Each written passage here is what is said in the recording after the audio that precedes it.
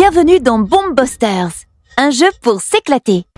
Le but de Bomb Busters? Désamorcer ensemble une bombe. C'est un jeu coopératif où chaque joueur incarne un démineur d'une seule et même équipe. Il faudra faire preuve de déduction pour éviter l'explosion.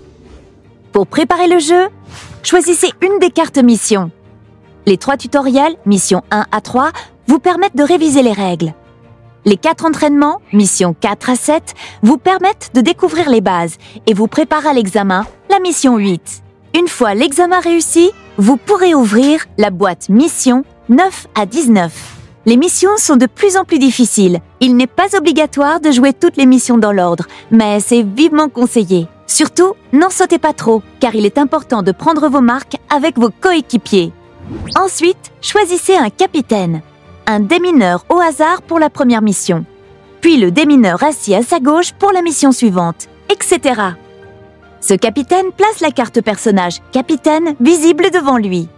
Tous les autres démineurs placent une carte personnage visible devant eux. Le capitaine lit tout haut la carte mission choisie. Au recto, il y a la mise en place spécifique à la mission. En bas de la carte, vous trouverez des ajustements éventuels pour jouer à 2 démineurs.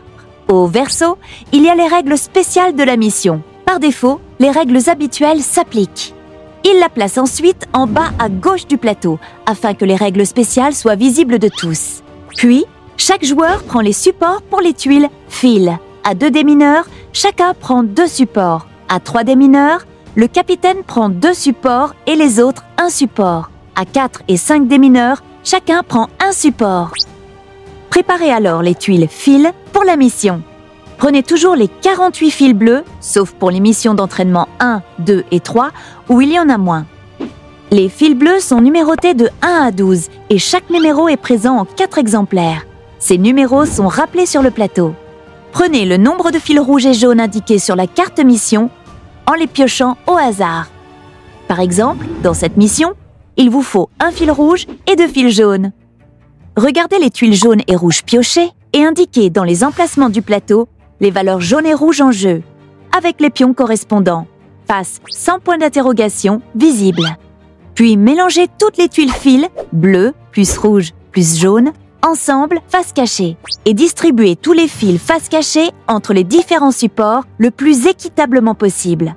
Un support peut avoir un fil de plus ou de moins qu'un autre. Sur chaque support, chacun classe les fils face visibles pour lui dans l'ordre croissant des numéros, de sa gauche à sa droite. La valeur des fils jaunes et des fils rouges ne sert que pour ce classement. Ensuite, ils n'ont plus de valeur, ils sont juste jaunes ou rouges. Important!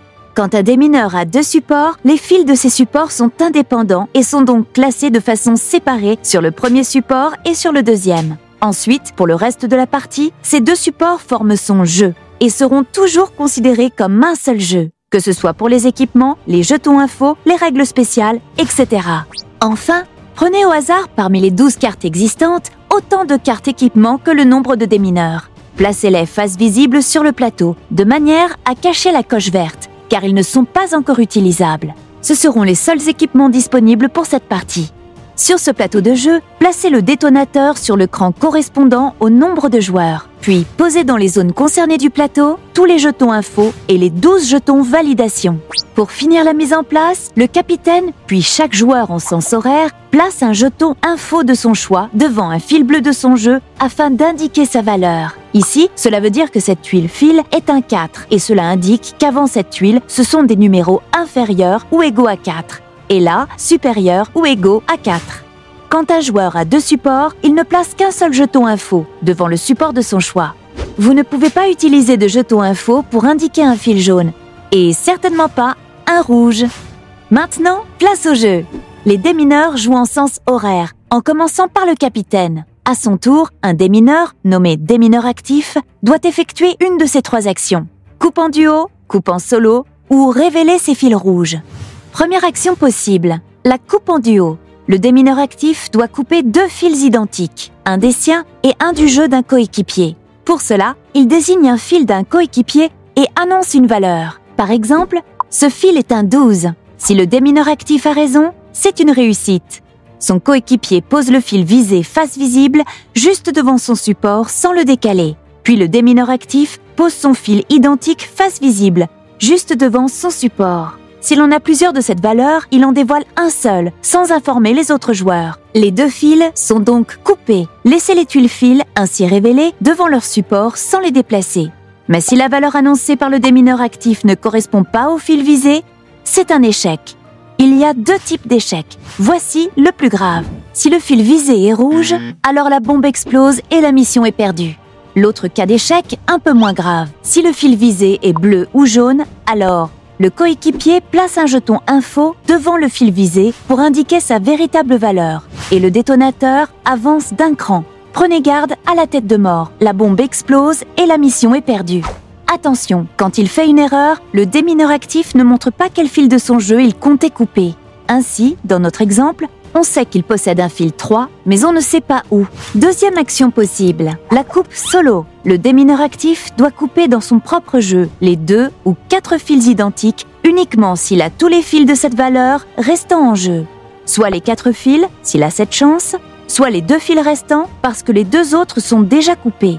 Très important. Dans cet exemple, le démineur peut couper les 2 fils 10 uniquement parce qu'il a tous les fils de cette valeur restant en jeu. Il peut uniquement car les 2 autres fils 10 ont déjà été coupés lors d'un tour précédent. Troisième action possible, révéler ses fils rouges. Cette action arrive en fin de partie et peut être effectuée uniquement quand tous les fils restants non coupés du démineur actif sont rouges. Il peut alors les révéler en toute sécurité. Petit point matériel, les fils jaunes. Ils se coupent de la même façon que les fils bleus, par 2 en coupe en duo et par 2 ou 4 en coupe en solo. Ils ont une valeur uniquement pour le classement des numéros. Ensuite, ils sont considérés comme ayant tous la même valeur, jaune. Ainsi, pour couper un fil jaune, le démineur actif doit en avoir un dans son jeu et dire « ce fil est jaune » en pointant le fil d'un coéquipier. En cas de réussite, les 2 fils sont coupés. Sinon, comme pour les fils bleus, un jeton info est placé et le détonateur avance d'un cran. Si un fil jaune est désigné par erreur, c'est un jeton info jaune qui est utilisé et évidemment, le détonateur avance d'un cran. Une coupe en solo peut être effectuée uniquement quand on a dans son jeu tous les fils jaunes restant en jeu. 1 sur 2, 1 sur 3 et 2 sur 3. Sur certaines missions, le nombre de fils rouges et ou jaunes indiqués est 1 sur 2, 1 sur 3 ou 2 sur 3. Dans ce cas, les fils en jeu ne sont connus que partiellement. Par exemple, lors de la mise en place avec 2 sur 3 fils jaunes, révélez 3 tuiles fils jaunes. Ensuite, mettez les 3 pions dans les emplacements correspondants du plateau sur la face point d'interrogation, afin d'indiquer qu'ils sont peut-être en jeu. Enfin, mélangez les 3 tuiles face cachée et mettez-en 2 face cachée dans les tuiles bleues. Mettez la 3e de côté sans la révéler. Ainsi, il n'y a que 2 fils jaunes en jeu parmi 3 possibilités qui sont indiquées par les pions point d'interrogation. Les jetons validation. À chaque fois que les 4 fils d'une valeur sont coupés, placez un jeton validation sur le numéro correspondant du plateau. Cette aide visuelle peut faire gagner du temps et peut vous sauver la vie. Les cartes équipement. Un équipement est utilisable dès que 2 fils de la valeur indiquée en haut à gauche de la carte sont coupés.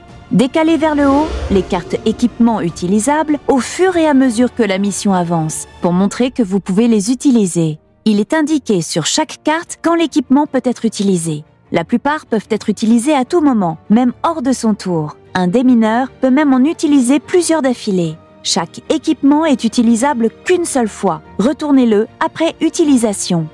Les cartes personnages. Chaque démineur peut utiliser son équipement personnel une fois par mission, en retournant sa carte personnage face cachée. L'équipement personnel est un double détecteur de 1000. Celui-ci permet lors d'une coupe en duo d'annoncer une valeur et de désigner 2 fils d'un support d'un coéquipier au lieu d'un. Si l'un des 2 fils visés correspond à l'annonce, l'action est une réussite. Si les 2 fils visés correspondent, le coéquipier ne le précise pas et coupe celui de son choix. Si aucun des 2 fils ne correspond à l'annonce, l'action est un échec. Le détonateur avance d'un cran et le coéquipier place un jeton info devant un des 2 fils visés, celui de son choix. Si un des 2 fils visés est rouge, la bombe n'explose pas. Le coéquipier ne le précise pas et doit placer un jeton info devant le fil non rouge. La communication. Bomb Busters est un jeu coopératif et pour le bien du jeu, la communication est très limitée. Il est interdit de parler des fils de son jeu, de sous-entendre leurs valeurs, de rappeler une information d'un tour précédent et de révéler des déductions à voix haute. Il est permis de discuter de la tactique générale et de l'utilisation des équipements, de rappeler les règles spéciales, de conseiller à un coéquipier d'utiliser sa carte double détecteur 2000 ou un équipement à tout moment. Fin du jeu! La mission est un succès quand plus aucun démineur n'a de fil dans son jeu. Lorsqu'un démineur n'a plus de fil dans son jeu, la mission continue simplement sans lui. En cas de défaite, fil rouge coupé ou détonateur sur la tête de mort, changez de capitaine et recommencez la mission. Après la mission 8, bravo, vous méritez d'ouvrir la première boîte surprise, mission 9 à 19, et vous pourrez remplir le tableau au dos de la boîte. Alors, vous êtes prêts à vous éclater ?